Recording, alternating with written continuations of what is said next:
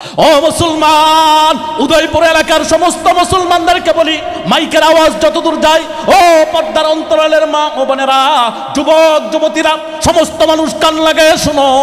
যুবক মানুষ, বৃদ্ধা মানুষ, সবাই দিল লাগায় কথাগুলো একটু শোনো আর বুঝো। তুমি যে গুনাহ করতেছো, তুমি যে গুনাহ করতেছো, আমি তোমাকে বলবো এই কথাটাই, এ বন্ধু আমার, বাড়িতে যাও, বাড়িতে যাও, গিয়ে মোমবাতির আগুন জ্বালাও, অথবা তোমার কোনো একটি বাতির মধ্যে তুমি আগুন জ্বালায়া নাও। আগুন জ্বালানোর পরে সেই আগুনের উপরে তোমার হাতটাকে একটু চেপে ধরো, চেপে ধরে দেখো তুমি সেই আগুনটা তুমি সহ্য করতে পারো কি পারো না। যদি সহ্য করতে পারো তাহলে আমি বলবো আজ থেকে তুমি গুনাহ করো। আর যদি সহ্য করতে পারো না, এ যুবক ভাই, এ বৃদ্ধা বাবা, নওজোয়ান যুবক, আসো তোমার পা বাড়িয়ে দাও, তোমার পায়ে হাতে ধরে বলি, হে যুবক, গুনাহ করো না, গুনাহ করো না। জাহান্নামের আগুন বড় নিদারুণ, জাহান্নামের আগুন বড় নিদারুণ। কাহারো সঙ্গে স্বজন প্রীতি করবে না, কাহারো সঙ্গে বন্ধুত্ব সুলভ আচরণ করবে না, কাহারো সঙ্গে প্রীতিপূর্ণ করবে না, কাউকে দেখবে না। আগুন জাহান্নামের ধনী দেখে না, গরিব দেখে না, রাজা দেখে না, বাদশাহ দেখে না, প্রেসিডেন্ট দেখে না, চৌকিদার দেখে না, চাকর দেখে না, নৌকর দেখে না, মালিক দেখে না, কৃষক দেখে না, গৃহস্থ দেখে না, রিক্সা চালক দেখে না, আলেম দেখে না, মুফতি দেখে না, মুহাদ্দিস দেখে না, মসজিদের ইমাম সাহেব দেখে না। এমনকি তামাম দুনিয়ার সমস্ত সম্মানী ব্যক্তিদের মধ্যে সম্মানী ব্যক্তিকেও জাহান্নাম কখনো খাতির করে না। মুহতারাম হাজিরিন, এক সময় আমি আর আপনি এই জগতের মধ্যে ছিলাম না, আল্লাহ তাআলা আমাদেরকে পাঠাইলেন। আবার একটি সময় আপনার এই জমিনের মধ্যে কেউই থাকবো না, দুনিয়া ছেড়ে চলে যেতে হবে। মালিক আমাদেরকে এই জমিনে কেন পাঠাইলেন? প্রশ্ন হলো, আল্লাহ তাআলা আমাদেরকে কেন সৃষ্টি করলেন? অবশ্যই আল্লাহ তাআলা আমাদেরকে সৃষ্টি করার পিছনে এক মহান উদ্দেশ্য রয়েছে। আল্লাহ রাব্বুল আলামিন আমাদেরকে সৃষ্টি করেছেন তার কালামে পাকের এক আয়াতে কারিমার মধ্যে। রব্বে করিম ডাক দিয়া বলেন, ওয়ামা খালাকতুল জিন্না ওয়াল ইনসা ইল্লা লিয়াবুদুন। মুসলমান ভাইয়েরা আমার, দিলের কান লাগায় কথাগুলো একটু শুনবেন। রব আমাদেরকে ডাক দিয়া বলেন, বান্দারে, গোলাম রে, আমি তোমাকে কেন সৃষ্টি করলাম, কেন জমিনে পাঠাইলাম জানো কি? মালিক বলেন, বান্দা, ওয়ামা খালাকতুল জিন্না ওয়াল ইনসা ইল্লা লিয়াবুদুন। আল্লাহ তাআলা বলেন, জিন এবং মানুষ এই দুই জাতিকে আমি আল্লাহ তৈরি করেছি একমাত্র আমার গোলামির জন্য। মুসলমান ভাইয়েরা আমার, দিলের কান লাগায় কথাগুলো বুঝবেন। আল্লাহ তাআলা এই জমিনে আদম তৈরি করলেন তার গোলামির জন্য। এই পৃথিবী ছাড়াও আল্লাহ তাআলার সৃষ্টি জগৎ সমূহের গুলোর মধ্যে লাখো লাখো রহমতের ফেরেশতারা রয়েছে, যারা 24 ঘন্টা আল্লাহ রাব্বুল আলামিনকে সিজদারত অবস্থায় রয়েছে। আল্লাহ তাআলার তো সেই ফেরেশতাদের সিজদাই যথেষ্ট ছিল। মালিক কেন আবার প্রতিনিধি তৈরি করলেন, খলিফা তৈরি করলেন? আল্লাহ তাআলার মানসা হলো, আল্লাহ তাআলার ইচ্ছা হলো, আদম রে, আমি তোর বড় মায়া করে তৈরি করলাম, বড় আদর করে তৈরি করলাম। ও মুসলমান ইমানদার আল্লাহর গোলাম, মালিক বলেন, আমি যখন বান্দা তোমাকে তৈরি করলাম এমনে এমনে তৈরি করি নাই। হযরতে জিবরাইল আমিন পয়গম্বর আলাইহিস জিবরাইল আমিন কি আল্লাহ তাআলা জমিনের মধ্যে পাঠিয়ে দিলেন। এক এক করে অনেকগুলো ফেরেশতাদেরকে আল্লাহ এই জমিনের মধ্যে পাঠিয়েছিলেন। বন্ধু আমার, সেই ফেরেশতারা সকলেই ব্যর্থ হয়ে জমিন থেকে চলে গিয়েছেন রবের দরবারে। যখন সেই ফেরেশতারা জিবরাইল ব্যতীত মিকাইল, জিবরাইল আরো অন্যান্য ফেরেশতারা যখন এই জমিনের মধ্যে মাটি নেওয়ার জন্য আসলেন, মাটি ক্রন্দন করে রব্বে কারীমের স্মরণ করাইয়া দিয়া মাটি ক্রন্দন করে ফেরেশতাকে ডাক দিয়া বলে, ও ফেরেশতা, যেই আদম তৈরি করার জন্য আমাকে নেওয়ার জন্য তুমি এসেছো, সেই আদম আমি এই জমিনের উপর থেকে নাফরমানি করবে, আমি মাটি সেটা কখনো বরদাস্ত করতে পারবো না। মুসলমান কলিজার টুকরা বন্ধুরা আমার, মাটি অপারগতা পেশ করলেন। ফেরেশতারা সকলে এক এক করে চলে গেলেন রব্বে কারীমের দরবারে। না না, কেউ তো পারে নাই সেই মাটি নিয়ে আল্লাহ তাআলার দরবারে হাজিরা দেওয়ার জন্য। সর্বশেষ মালাকুল মউত হযরতে আজরাইল জমিনের মধ্যে আসলেন, আর মাটির মধ্যে যখন হাত দিলেন, মাটি আবার ক্রন্দন করে আওয়াজ দিয়া আল্লাহ তাআলার দরবারে ডাক শুরু করলেন, আর বলতেছিলেন, ও আল্লাহর ফেরেশতা, যেই আদম তৈরি করতে আল্লাহ চাচ্ছেন সেই আদম আমার জমিনের উপরে থাকবে, আর সেই রবের নাফরমানি করবে, আমি মাটি কখনো সেটা মেনে নিতে পারবো না। ফেরেশতারে যাও যাও যাও, চলে যাও, আল্লাহ তাআলাকে গিয়ে বলো আমি মাটি অপারগতা পেশ করেছি। মালাকুল মউত হযরতে আজরাইল তার কান্না শুনে নাই। আজরাইল ডাক দিয়ে বলেন, মাটি তুমি জানো কি কে আমাকে পাঠিয়েছেন? যে রব তুমি মাটিকে তৈরি করেছেন সেই মহান আল্লাহ আমাকে তোমাকে নেওয়ার জন্য পাঠিয়ে দিয়েছেন। সুবহানাল্লাহ। মুসলমান ভাইরা আমার, দিলের কান লাগায় একটু কথাগুলো বুঝবেন। আদম তৈরি করলেন আল্লাহ মাটি দ্বারা। আল্লাহ তাআলা আদমকে তৈরি করলেন বড় মায়া করে, বড় মায়া করে। বন্ধু আমার, এই আদমকে যখন আল্লাহ তৈরি করলেন, মালিক ডাক দিয়ে বলেন, ওরে আদম সন্তান, তুমি আমার গোলামি করতে মন চায় না, আমার ইবাদত বন্দিগি করতে মন চায় না, সারাক্ষণ আমার নাফরমানি করে চলো, মসজিদ থেকে মাইকের আওয়াজ, আজানের ধ্বনি তোমার কর্ণপাতে চলে আসে, বান্দা তুমি আমার ঘরে হাজিরা দিতে মন চায় না। এরে বান্দা, জানো কি আমি আল্লাহ তোমাকে কত মায়া করে জমিনের মধ্যে পাঠাইলাম। আল্লাহ তাআলা বলেন, বান্দা তুমি আদমকে তৈরি করতে গিয়া আমি আল্লাহ আমার স্বয়ং রব্বুল আলামিনের কুদরতি হাত তোমার চেহারার মধ্যে ব্যবহার করেছি। চিৎকার মেরে বলি সুবহানাল্লাহ। মুসলমান ভাইরা আমার, আল্লাহ তাআলা বলেন, বান্দারে কোন জিনিস তোমাকে পাইলো, কোন জিনিস আমি মালিক থেকে তোমাকে দূরে সরাইয়া দিল? আল্লাহ তাআলা বলেন, ইয়া আইয়ুহাল ইনসান, এরে আদম কোন জিনিস তোমাকে পাইলো? মা গররাকা বিরব্বিকাল কারীম, কোন জিনিস আমি রব থেকে তোমাকে বিমুখ করে ফেললো, কোন জিনিস আমি রব থেকে তোমাকে দূরে সরাইয়া দিল? দেখাও সেই বস্তুটাকে। সেটা কি আমি রবের চাইতেও তোমার কাছে দামি হয়ে গেল? সেই বস্তুটা আমি মালিক দেখতে চাই, যেই জিনিস তোমাকে আমার ইবাদত বন্দিগি থেকে ফারেক করে দিয়েছে, পৃথক করে দিয়েছে। সুবহানাল্লাহ। মুহতারাম মুসল্লিয়ানে কেরাম, আমি যে কথা বলতে চাই, আল্লাহ তাআলা আপনাকে আমাকে তৈরি করছেন বড় মায়া করে, বড় দয়া করে, বড় অনুগ্রহ করে, আদর করে, ভালোবেসে। এই আদমকে জাহান্নামের আগুনে পোড়ানোর জন্য আল্লাহ তাআলা তৈরি করে নাই। বন্ধুরা আমার, আল্লাহ রাব্বুল আলামিন এই আদম তৈরি করতে গিয়ে নিজের হাত স্পর্শ করেছেন, ব্যবহার করেছেন।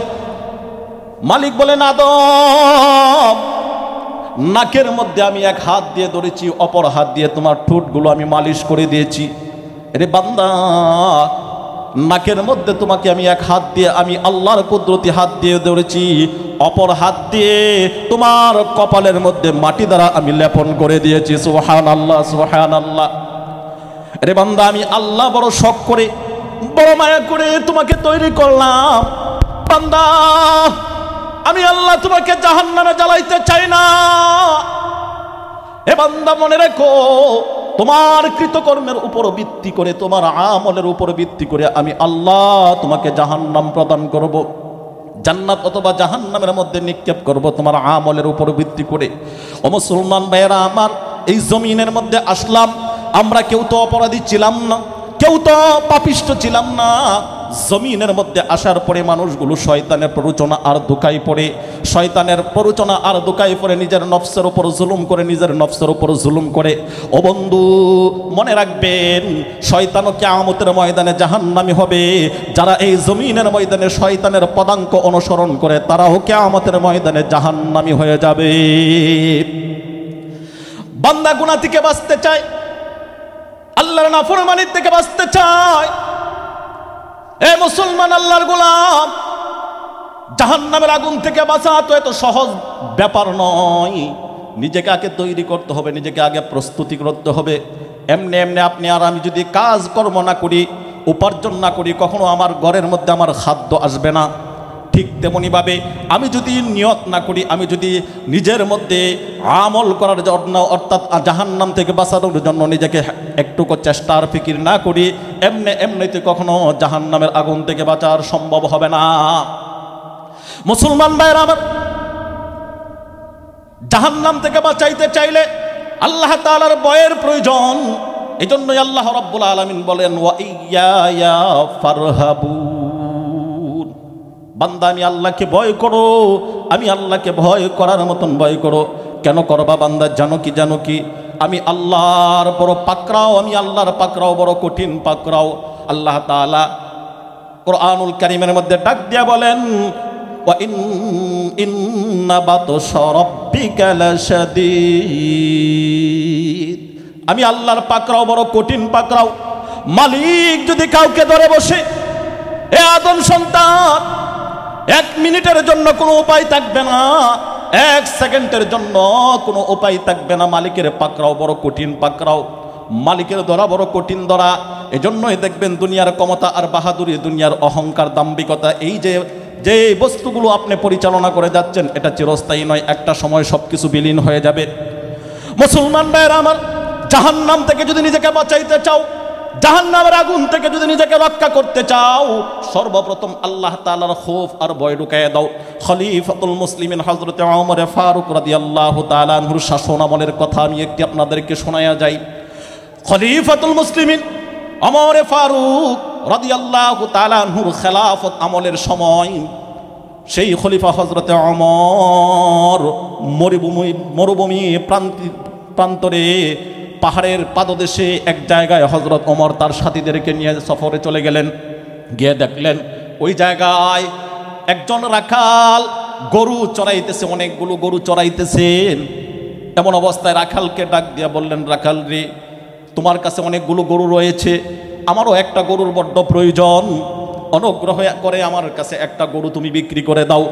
রাখাল বালক ছেলেটি ছোট বাচ্চা এবার ডাক দিয়া বলেন, কে আপনি? আপনার পরিচয় জানি না, কিন্তু এই গরুর প্রকৃত মালিক তো আমি না, আমি আপনার কাছে বিক্রি করতে পারবো না, এই গরুর মালিক আমি না।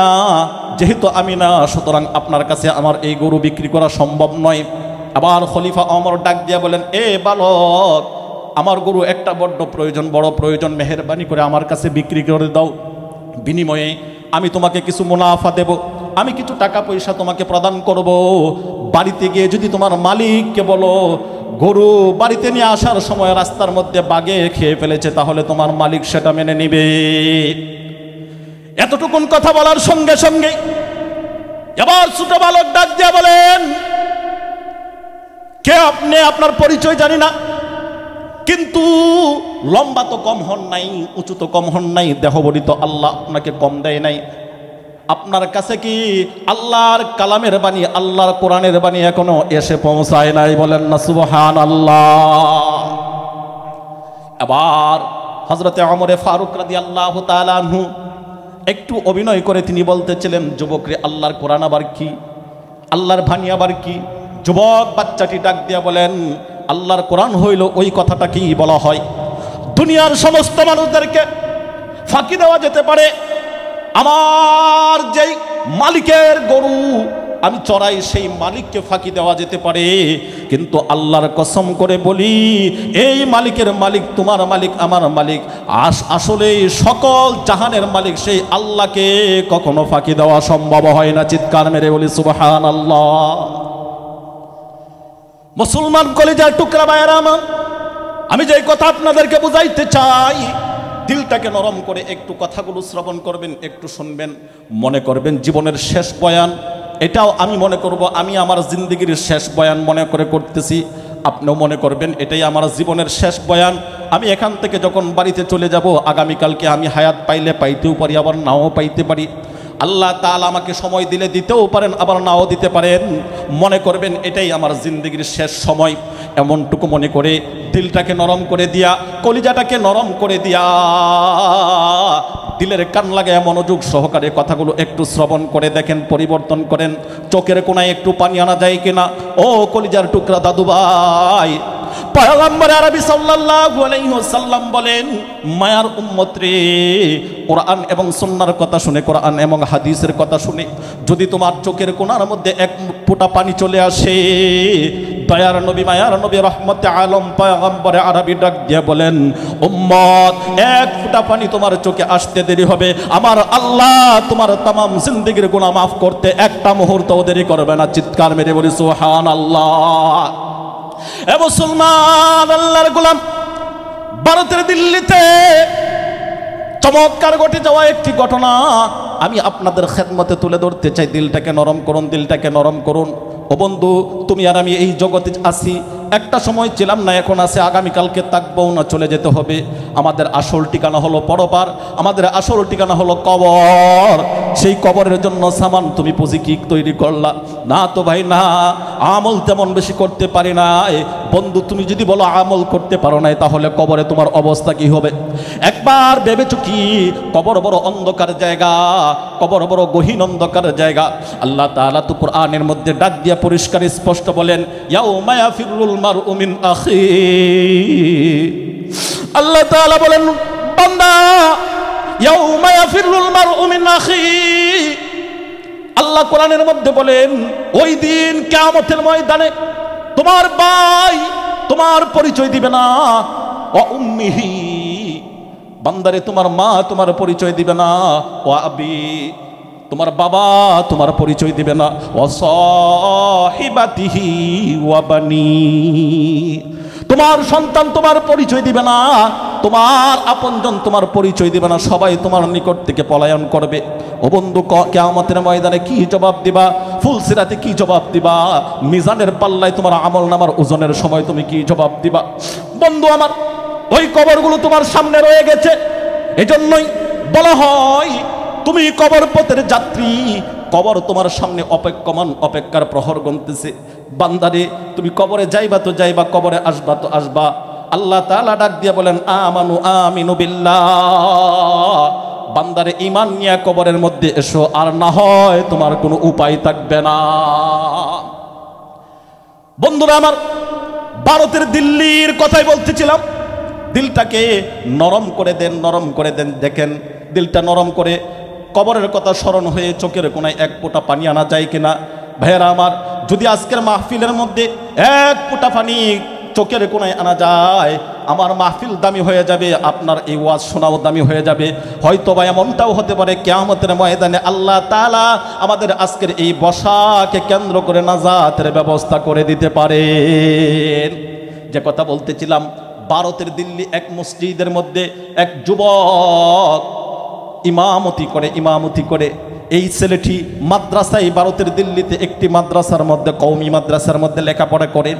খুব ভালো করে বুঝবেন, সেই আল্লাহর বান্দা যুবক মানুষ, নৌজওয়ান, টকবগে যুবক, সুঠাম দেহ, সুন্দর চেহারা, বডি মাশাআল্লাহ ভালো। এই আল্লাহর বান্দা কোনো একটি মাদ্রাসার মধ্যে লেখাপড়া করেন। পাশে ছোট একটি পাঞ্জেগানা মসজিদ, সেই মসজিদের মধ্যে ইমামতির দায়িত্ব পালন করেন। অল্প কিছু মুনাফা, অল্প কিছু টাকা পান, সেই টাকা দিয়ে তার লেখাপড়ার খরচ পরিচালনা করে। ছেলেটির মা নাই, বাবা নাই, আপনজন বলতে পৃথিবীতে কেউ নাই। ছেলেটি তার প্রিয়জন বলতে আর জমিনের মধ্যে কেউ নাই। সেই আল্লাহর বান্দা মাদ্রাসায় লেখাপড়া করেন। লেখাপড়ার খরচের জন্য পাঞ্জেগানা যেই মসজিদের মধ্যে ইমামতি করেন, সেই ইমামতির মসজিদের মধ্যেই ঘটে যাওয়া একটি ঘটনা। দিলটাকে নরম করবেন, দেখবেন চোখের কোনায় পানি আনা যায় কিনা। মুসলমান ভাইয়েরা আমার, সেই যুবক একদিন এশার নামাজের পরে আল্লাহর কোরআন তেলাওয়াতের মধ্যে মশগুল ছিলেন। এমন অবস্থায় তাকাইয়া দেখেন একজন সুন্দরী যুবতী। এর আগের ঘটনা হলো এই এলাকার মধ্যে একজন আবেদা সালেহা নেককার মহিলা তার মামার বাড়ি অথবা তার যে কোনো নিকট আত্মীয়র বাড়িতে যাওয়ার জন্য রওনা করলেন। প্রতিমধ্যে গিয়ে দেখেন রাস্তায় কিছু মানুষ ঝগড়ায় লিপ্ত হয়ে গিয়েছে। গ্রামের মধ্যে তার মামার বাড়ির গ্রাম এবং পার্শ্ববর্তী গ্রাম, দুই গ্রামের মধ্যে কিছু সংখ্যক মানুষেরা তুমুল ঝগড়ায় লিপ্ত হয়ে গিয়েছে। মারামারি, দাঙ্গা হাঙ্গামা, কাটাকাটি, আঘাত প্রহারগুলো একজন আরেকজনকে করতেছে। এমন দৃশ্য দেখার পরে যুবতী আবেদা সালেহা নেককার মহিলাটি আবার মনে মনে ধারণা করলো, হাই হাই, এই বুঝি এই ঝগড়ার মধ্যে, এই ঝগড়ার ভিতরে যদি আমি প্রবেশ করি, হয়তোবা আমাকে মনে করবে আমি প্রতিপক্ষ, আমাকে মনে করবে আমি আমার ওই নানার বাড়ি অথবা মামার বাড়ির গ্রামের মহিলা, আমার উপর আঘাত হানতে পারে, বিনিময়ে আমার ইজ্জত চলে যাবে, আমার ইজ্জত আমি ধরে রাখতে পারবো না। এই চিন্তায় বিভোর হয়ে মহিলাটি পেরেশানিগ্রস্ত হয়ে গেলেন। এক পর্যায়ে বলেন, মহিলাটি রাস্তার কর্নারে এক পাশে দাঁড়ায় রইলেন দীর্ঘক্ষণ। মাগরিবের নামাজ হয়ে গেল, না না তখনও পর্যন্ত ঝগড়া থামে নাই। এশার নামাজ পর্যন্ত অপেক্ষা করলেন, কিন্তু না না তখনও পর্যন্ত সেই এশার নামাজ পর্যন্ত সেই ঝগড়া এখনো পর্যন্ত থামে নাই। এবার মহিলাটি হতাশাগ্রস্ত হয়ে তার নিজস্ব সেই জায়গার মধ্যেই দণ্ডায়মান রইলেন। কিন্তু রাত্র যখন গভীর হলো তখনও পর্যন্ত ঝগড়া কমে নাই। এক পর্যায়ে মহিলাটি দূরে কোনো একটি জায়গার দিকে অপলক দৃষ্টিতে তাকাইলেন। তাকাইয়া দেখেন দূরে একটি জায়গার মধ্যে ছোট একটি বাতি দেখা যায়, ছোট একটি মোমবাতির মতো দেখা যায়। সেই আগুনটাকে মহিলাটি ফলো করলেন, ফলো করে মার্ক করে সে আগুনের দিকে রওনা হলেন। যেতে যেতে এক পর্যায়ে দেখেন, তাকায়া দেখেন না সত্যি এখানে একটু আগুন জ্বলতেছে। হ্যাঁ, সেই আগুনটা কোনো সাধারণ কোনো আগুন নয়, সামান্য একটি মোমবাতির আগুন।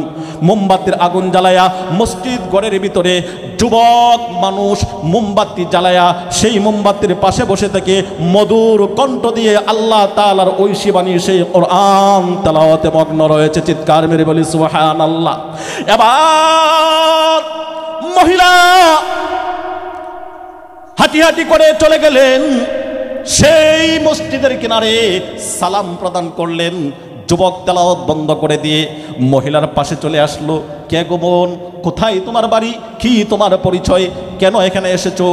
এবার মহিলাটি কান্না জড়িত কণ্ঠে, মায়াবী কণ্ঠে ডাক দিয়ে বলেন, ভাই আমার, আমি বিপদে পড়েছি, মুসিবতের মধ্যে পড়েছি, আমার আপনজন বলতে এখানে কেউ নাই, কার কাছে যাব, কোথায় যাব? হে ভাই আমার, আমি বিপদে পড়েছি, আমি আপনার সাহায্য কামনা করি, সাহায্য চাই, কি ধরনের সাহায্য করতে পারি? যুবতী বলেন, আমাকে একটু আজকের রাত্রটা এই মসজিদের মধ্যে থাকার অনুমতি দিয়া দিন। যুবক ডাক দিয়ে বলে, হে যুবতী বোন আমার, তুমি একজন যুবতী মানুষ, আমিও একজন যুবক, আমি পাশেই একটি মাদ্রাসার মধ্যে লেখাপড়া করি, অল্প কিছু টাকা পাই, এই মসজিদে ইমামতি করে এই টাকা দিয়ে আমার লেখাপড়ার খরচ পরিচালনা করি। যুবতী বোন আমার, আমি যদি তোমাকে এই মসজিদের মধ্যে আশ্রয় প্রদান করি, সকালবেলায় যদি আমার মুসল্লিরা কোনোভাবে জানাজানি হয়ে যায়, মুসল্লিরা যদি জানে আমি এই মসজিদের মধ্যে তোমাকে আশ্রয় দিয়েছি, বিনিময়ে আমার ইমামতি চলে যেতে পারে, আমার ইমামতি চলে যাবে, আমার উপার্জনের কোনো টাকা পয়সা থাকবে না, আমার আপনজন প্রিয়জন বলতে পৃথিবীতে কেউ নাই। বোন আমার, আমি কিভাবে তোমাকে আশ্রয় দিতে পারি? কোনো অবস্থাতে মসজিদে তোমাকে আশ্রয় দেওয়া সম্ভব না।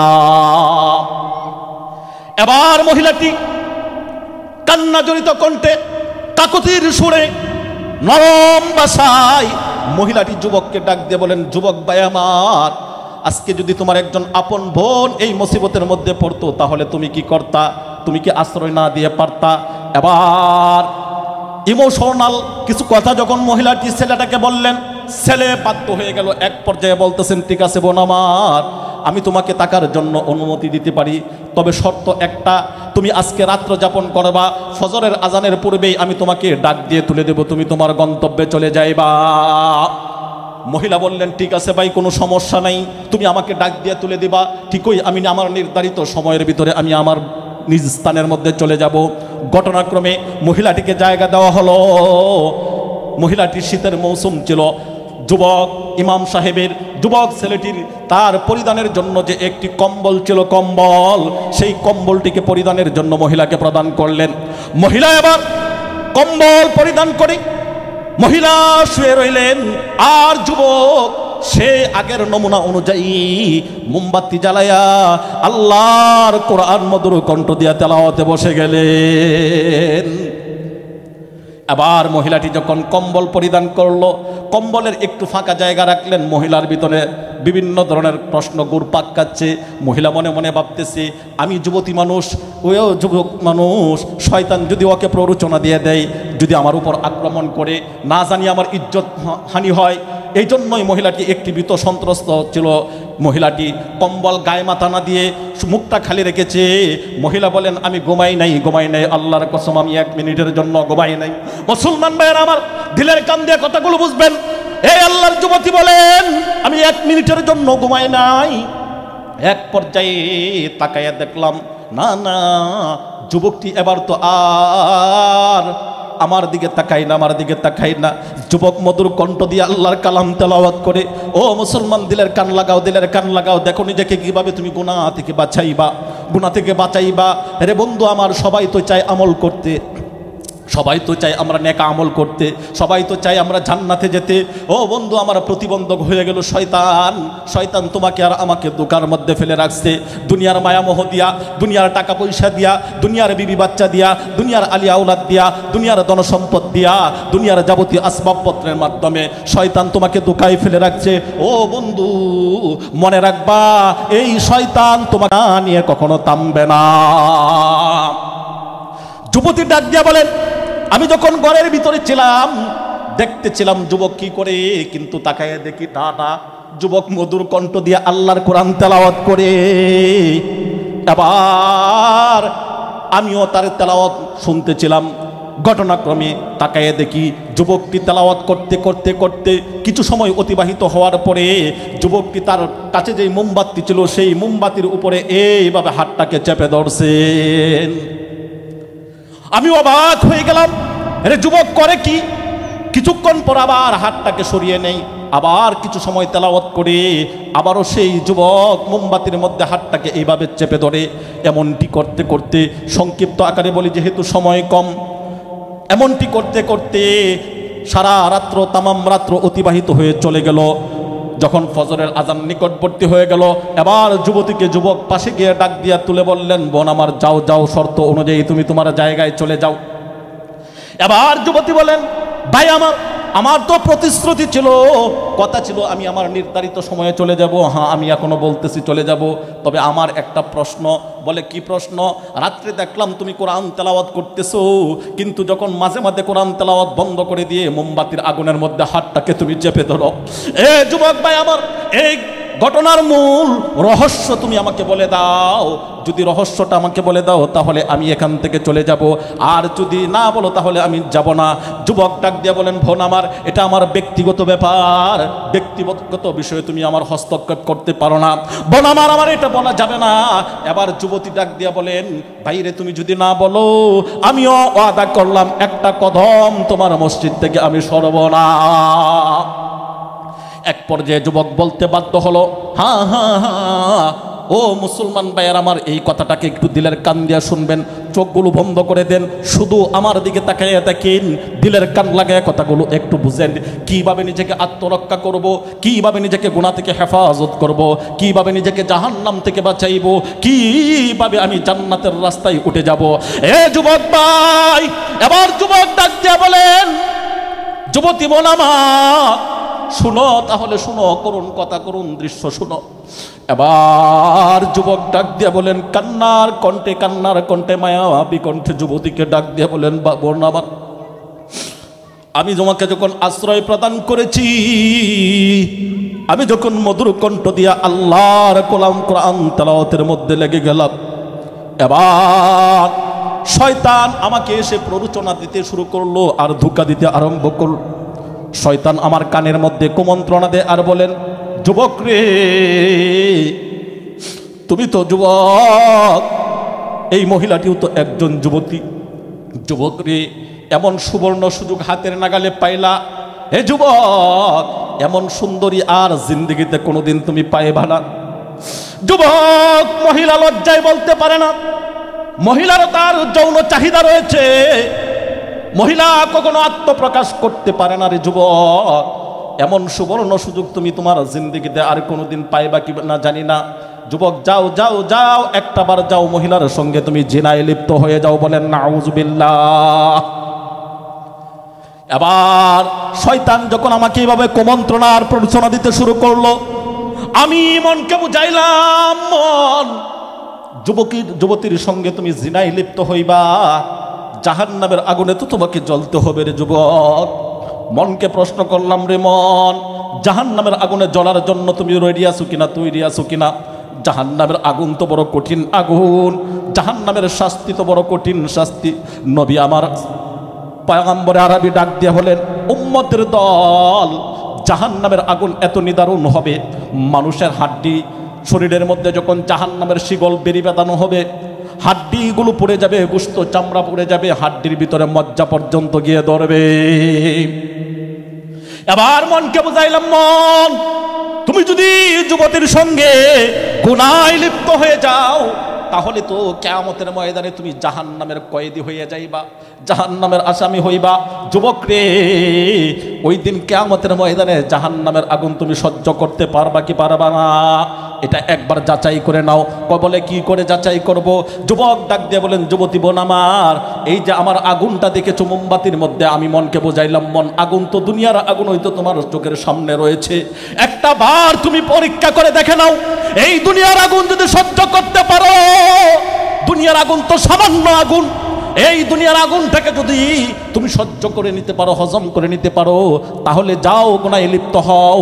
আর যদি দুনিয়ার আগুনকে সহ্য করতে পারো না, তাহলে তুমি গুনাহ করার মতন দুঃসাহস কখনো করিও না।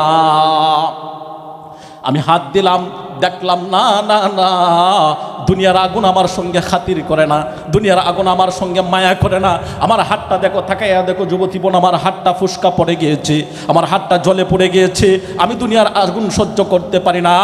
ও মুসলমান, উদয়পুর এলাকার সমস্ত মুসলমানদেরকে বলি, মাইকের আওয়াজ যতদূর যায়, ও পর্দার অন্তরালের মা ও বোনেরা, যুবক যুবতীরা, সমস্ত মানুষ কান লাগায় শোনো, যুবক মানুষ, বৃদ্ধা মানুষ, সবাই দিল লাগায় কথাগুলো একটু শোনো আর বুঝো। তুমি যে গুনাহ করতেছো, তুমি যে গুনাহ করতেছো, আমি তোমাকে বলবো এই কথাটাই, এ বন্ধু আমার, বাড়িতে যাও, বাড়িতে যাও, গিয়ে মোমবাতির আগুন জ্বালাও, অথবা তোমার কোনো একটি বাতির মধ্যে তুমি আগুন জ্বালায়া নাও। আগুন জ্বালানোর পরে সেই আগুনের উপরে তোমার হাতটাকে একটু চেপে ধরো, চেপে ধরে দেখো তুমি সেই আগুনটা তুমি সহ্য করতে পারো কি পারো না। যদি সহ্য করতে পারো, তাহলে আমি বলবো আজ থেকে তুমি গুনাহ করো।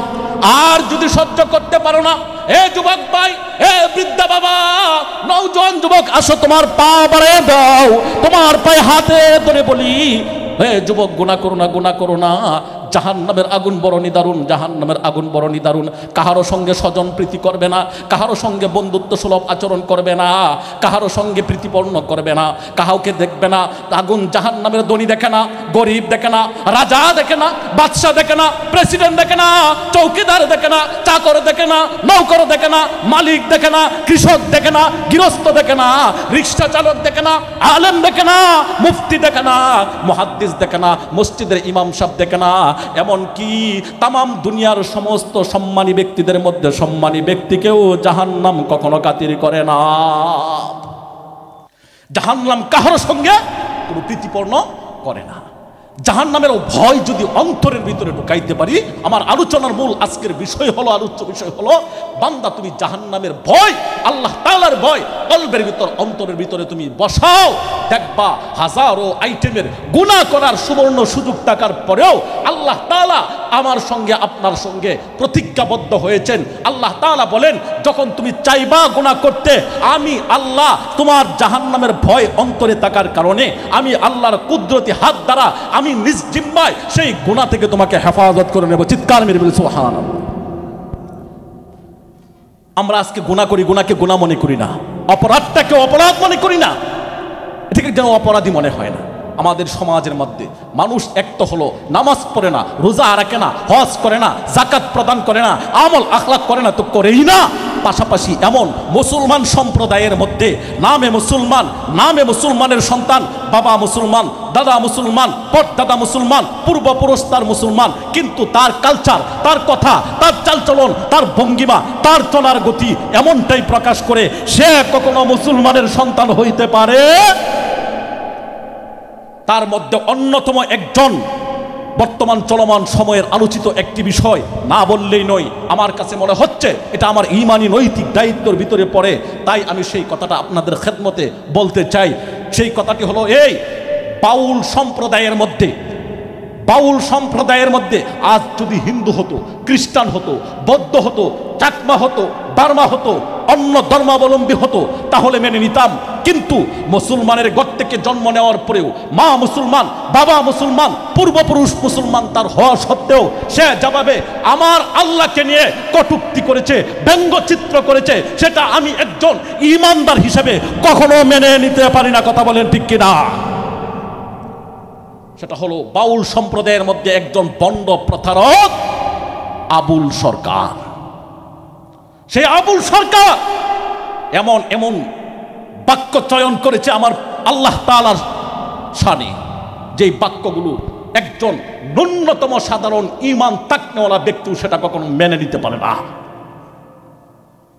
আবুল সরকার আল্লাহ তাআলাকে নিয়ে এমন কথা বলেছেন যে কথাগুলো আমি আপনাদের সামনে বলতেও পারবো না, লজ্জায়। সে কথাটার মূল সারাংশটা হলো এটাই, সে বলতেছে মানুষের পাঁচা আর আল্লাহ তাআলার মুখের কথা নাকি এক। বলেন নাউজুবিল্লাহ, একটু আওয়াজ দিয়ে বলেন নাউজুবিল্লাহ। মুসলমান মনে রাখবেন বর্তমান দেশের সরকার, অন্তর্বর্তীকালীন সরকার, ডক্টর ইউনূস কাকাকে বলবো, কাকা আপনি নজর দেন, তাকান ওই বাউল সম্প্রদায়ের দিকে। আমি আমার ব্যক্তিগতভাবে আমাকে নিয়ে আক্রমণাত্মক কথা বলবেন, মেনে নেব। আমার বাবাকে নিয়ে আক্রমণাত্মক কথা বলবেন, 1000 বার মানে নেব। আমার ধর্ম নিয়ে আক্রমণ করবেন, আমি সেটা কখনো মানতে পারবো না। আমার যাবতীয় সব কিছু নিয়ে আপনি কথা বলতে পারেন, আমি চুপ করে হজম করে নেব, সহ্য করে নিব। কিন্তু আল্লাহ তাআলাকে নিয়ে কোনো কথা এই দেশের মধ্যে বলা হবে, মনে রাখবেন তার জিহ্বা টেনে ছিঁড়ে ফেলা হবে। কথা বলেন ঠিক কিনা? মুসলমান হয়তো আপনি বলবেন হুজুর গরম হয়ে বলেন, এই মিয়া গরম হবো না তো নরম হয়ে আর বলার সুযোগ আছে? আমাকে নিয়ে কথা বললে, কোনো আলেমকে নিয়ে কথা বললে, কোনো মানুষকে নিয়ে কথা বললে বরদাস্ত করে যা মেনে নেওয়া যায়। তো আল্লাহ তাআলাকে নিয়ে কথা বলা, এটা তো আল্লাহ তাআলার ওয়াহদানিয়তকে নিয়ে কথা বলা, রবের রুবুবিয়্যাতকে কটাক্ষ করে কথা বলা, এটা কোনো মুমিন মুসলমান কখনো মেনে নিতে পারে না। মুসলমান ভাইয়েরা আমার, মনে রাখবেন এই দিন নয়, দিন আরো আসবে। এটাই শেষ নয়, আরো সুযোগ আসবে। বাউল সম্প্রদায়ের দিকে আপনারা যারা আজকে তার দরদি হইয়া মায়া কান্না দিতেছেন, আপনাদের ঈমানটা কখনো যাচাই করে দেখেছেন? স্ক্যানার মেশিন দিয়ে ঈমান যাচাই করেন, আপনাদের ঈমানের অবস্থা কি? আপনাদের করুন ঈমানের অবস্থা। আপনাদের জন্য দোয়া করি, আল্লাহ তাআলা যেন আপনাদেরকে হেদায়েত দান করেন। সকলে বলেন আমিন। তওবা করেন। এই বাংলার মাটিতে, শাহজালালের মাটিতে, এই আল্লাহর ওয়ালিদের পুণ্যভূমিতে, যেই দেশের মধ্যে আল্লাহু আকবরের দরিতে সূর্য উঠে, যেই দেশের মধ্যে আল্লাহু আকবরের দরিতে সূর্য অস্ত যায়, যেই দেশের মধ্যে লক্ষ লক্ষ মসজিদ রয়েছে, যেই দেশের মধ্যে লক্ষ লক্ষ মাদ্রাসা রয়েছে, যেই দেশের মধ্যে লক্ষ লক্ষ খানকা হক্কানি খানকার দরবার রয়েছে, সেই দেশের মধ্যে কোনো নাস্তিক, কোনো বেঈমান, কোনো কুলাঙ্গার আবার আল্লাহকে নিয়ে কটাক্ষমূলক কথা বলবে। আমি আল্লাহর কসম করে বলি, মুসলমানরা যদি একবার জেগে যায়, যুবক সন্তান যদি একবার জেগে যায়, তাদের জিহ্বা টেনে ছেড়ে ফেলা হবে ইনশাআল্লাহ। এত বড় দুঃসাহস, এত বড় হিম্মত! এই আবুল সরকারকে গ্রেফতার করা হয়েছে।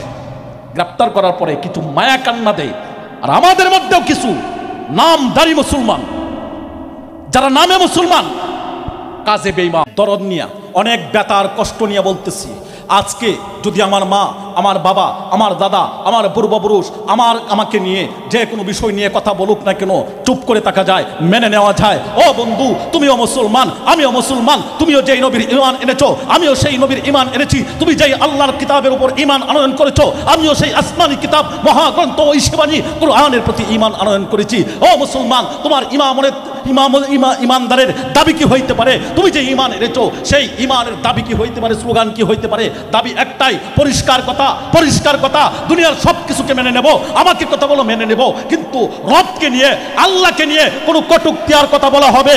যা হয়েছে তো হয়েছেই, তার জন্য গ্রেপ্তার করেছেন, সরকারকে ধন্যবাদ জানাই। কিন্তু অদূর ভবিষ্যতে সেই বাউল সম্প্রদায়ের নাস্তিক্যমনা কিছু বেঈমান বেদিন নাস্তিকরা যেইভাবে তার জন্য মায়া কান্না দিয়ে দরদ দেখিয়ে দরদ উতলিয়ে পড়েছে, কথা বলতেছে, মনে রাখবেন, যদি সামনে কোনো আলেম, কোনো ছাত্র, কোনো ইমানদার, কোনো ওয়াহদানিয়তের দাবিদার কোনো একজন ব্যক্তিকে যদি একটা ফুলের টুকা দেওয়া হয়, মনে রাখবেন জিহ্বা তাদের টেনে ছিঁড়ে ফেলা হবে। কথা বলেন ঠিক কিনা? আপনারা হয়তো বলবেন যে হুজুর এত রাগ দেখাইতেছেন, কার সঙ্গে কি দেখাইতেছেন? এই মিয়া, আপনার ঈমান নাই, আপনি নামাজ পড়েন না, আপনি রোজা রাখেন না, আপনার নবীকে নিয়ে আপনি গালি দিলে মানবেন? কথা বলেন, আপনার নবীকে গালি দিলে আপনি মানবেন? আপনার রবকে নিয়ে, আল্লাহকে নিয়ে গালি দিলে আপনি মানবেন? আপনি চুপ করে থাকতে পারেন? যে মুনাফিক আল্লাহকে গালি দেওয়ার পরে, যা তার রাসূলকে গালি দেওয়ার পরেও চুপ করে থাকে, আল্লাহর নবী বলেন এটা মুনাফিক, এটা মুনাফিক, এটা মুনাফিক। এর শেষ আবাসস্থল হলো জাহান্নামের তলদেশের মধ্যে। কষ্টে বুক ফেটে যায়। এতদিন দীর্ঘ 16 বছর যাবৎ পর্যন্ত জুলুম আর নির্যাতন সইতে সইতে এই পর্যন্ত হজম করেছি।